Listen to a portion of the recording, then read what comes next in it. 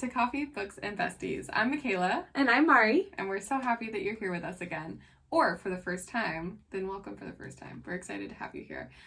We both have pretty sizable stacks this time around, and we're very impressed with ourselves. And I guess we're just really good at this now. So wow, I only read one book last month, so I feel very, very satisfied. And April's not even over yet. So I'm like, wow, I really got out of my little slump there. Yeah. Slumps are real. Don't feel bad if you're in a slump. Yeah. You'll get out of it. It's okay. We're going to start with a book called And Then There Were None by Agatha Christie. I gave this book 3.5 stars, and I'm going to stop saying and it's only because it was really, really hard to get into, and this is a book club book that we were reading with some other friends, and it's not our typical genre, and I think that the only reason why I actually finished it is because I had a social pressure to finish it, and I think otherwise I wouldn't have gotten to the part where it actually hooked me. So I'm not there yet, and I haven't finished it. Yeah, but it was a good story, and it did take me around and led me somewhere completely different than where I thought I was going. So, but I'm not gonna say more, especially because she doesn't know. So. Yeah, I'm the last one who hasn't. Yeah, I haven't finished it yet, but I don't think that, from what I've read so far, I don't think that it's a book that I wouldn't like because it's poorly written or anything. It's just that it's not my genre that I gravitate towards. So that's why it's taking me so long to get into it, because I feel like there's other books in my favorite genre that I'm really looking forward to reading. So, but I am going to finish it, and I'm excited to finish it eventually. Before the end of April. So if you've read this book, please let us know what you think about that. And then I'm going to kind of speed round through 3 more books and just kind of tell you why I think you should read these books. So this is The Cruel Prince by Holly Black, and if you are a fan of enemies to lovers, this is a good book for you. I really enjoyed it, and reading about Jude and Carden was a good story.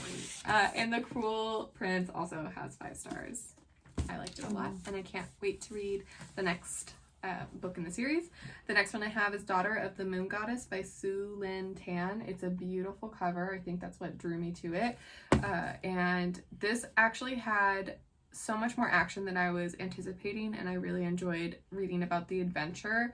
The main character, Xingyan, is the pronunciation. Yeah. The story that the adventure she has to go on in order to save her mom, who's the moon goddess. So it was a really good book. I enjoyed it a lot. I would give this this star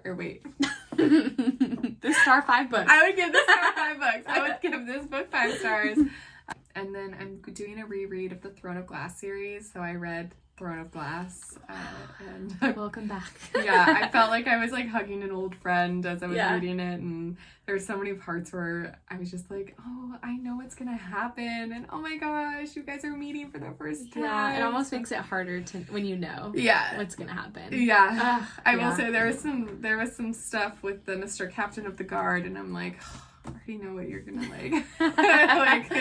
these issues that you're having, they're not going away. Yeah. I would rate this one 5 stars. And I already did that one. 5 stars for you. 5 stars for you. 5. I will say that is something that but not for you.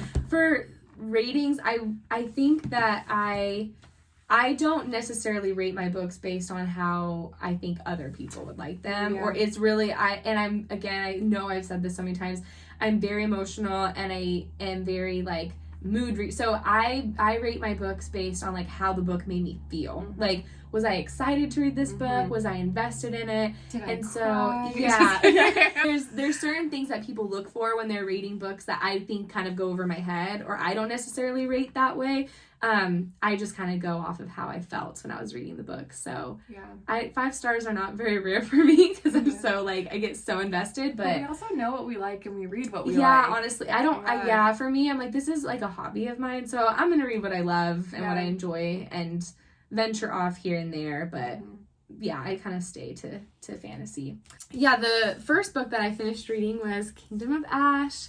It's the last book in the Throne of Glass series, and I cried so much the day that I read this, and then a little bit the next day, and then I thought about it for the rest of the week. So it was so good. I did do a review on Goodreads, but I didn't really go into like a whole lot of detail, because if you're reading this, then you've read the whole series, so you know what it's about. But yeah, it was so good. I felt like there was action from the start. I mean, the book before this ends on a cliffhanger, so you're like, oh my gosh, what's gonna happen, and how does SJM wrap up this story that you've been invested in for so long? And I feel that she did a really great job wrapping it up. I think that, I personally am like really pumped about how things ended, and but it was still really like heartbreaking and emotional, and like I don't even know what to say other than I loved it. It's definitely one of my favorite series.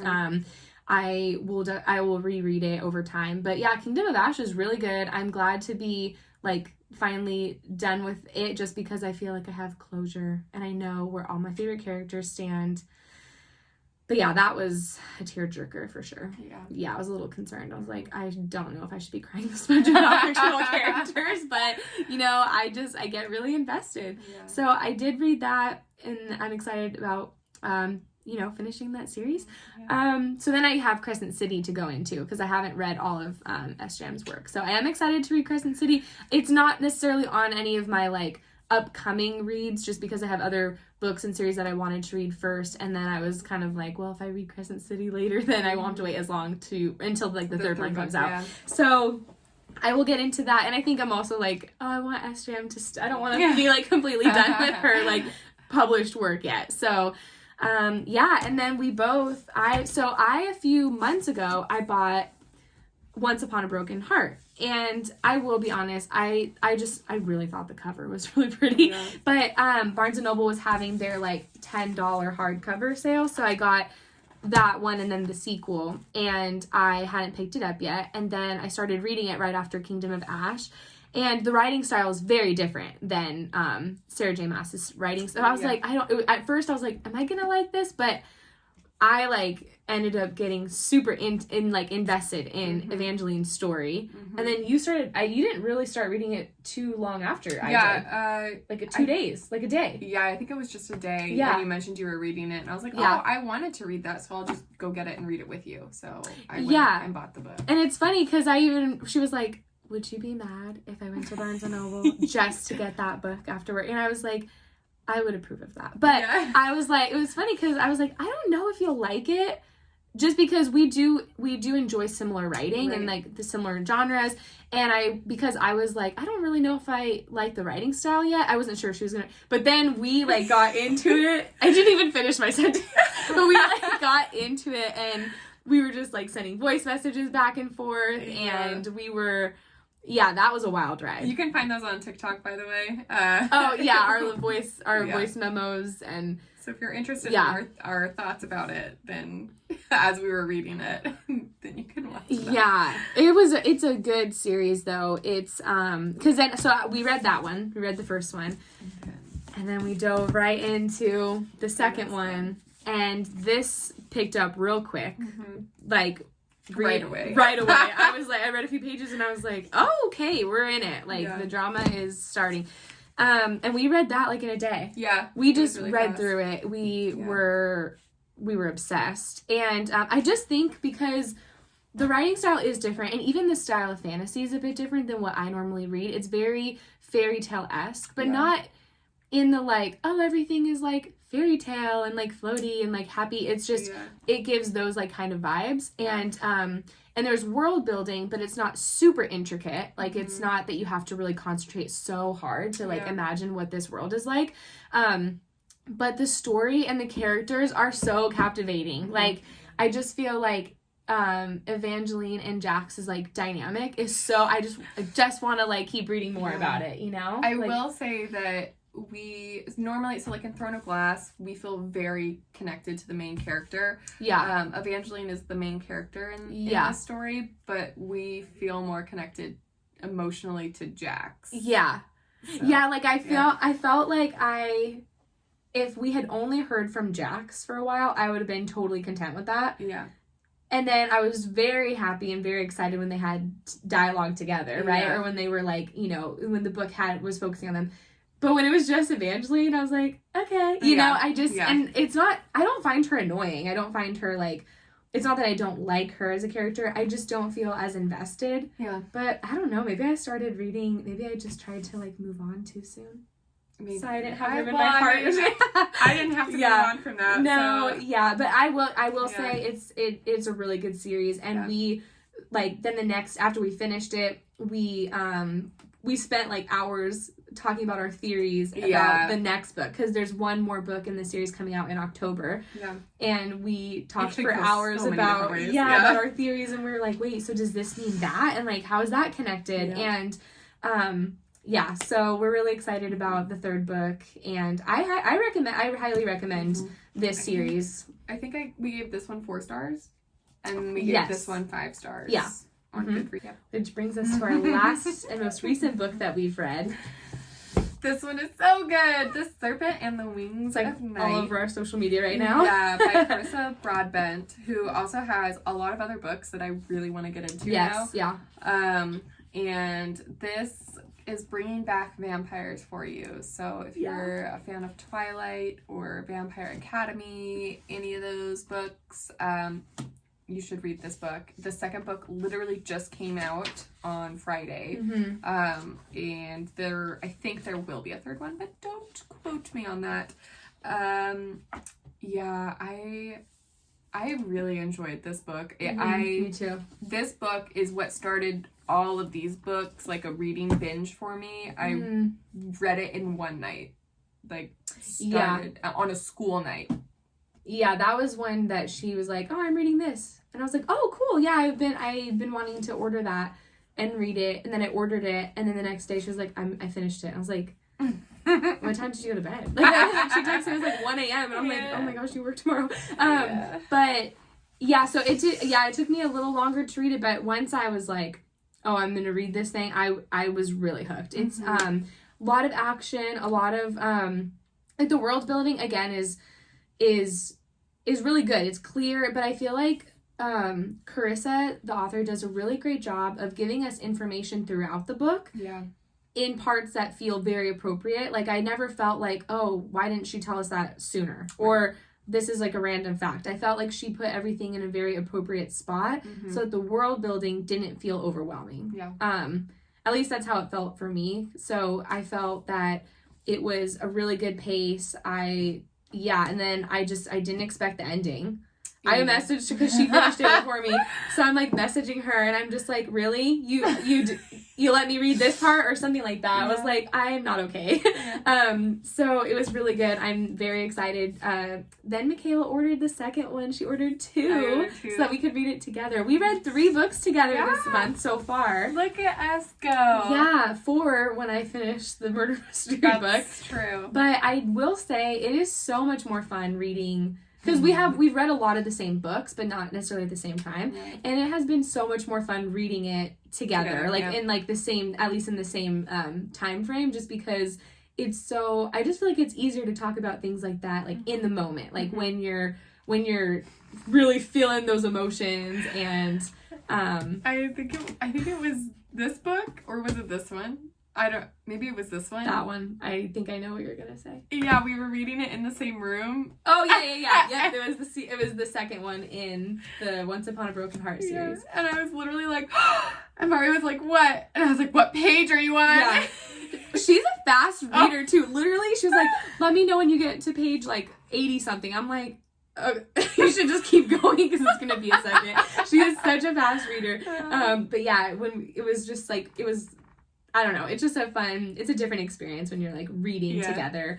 Yeah, anyways. I ordered 2 of the next book and we'll be getting them hopefully on Thursday. That's what the estimated time of delivery is. So, so then we'll maybe be able to let you guys know about it the next time we make a video. Yeah. So our plans for books to read,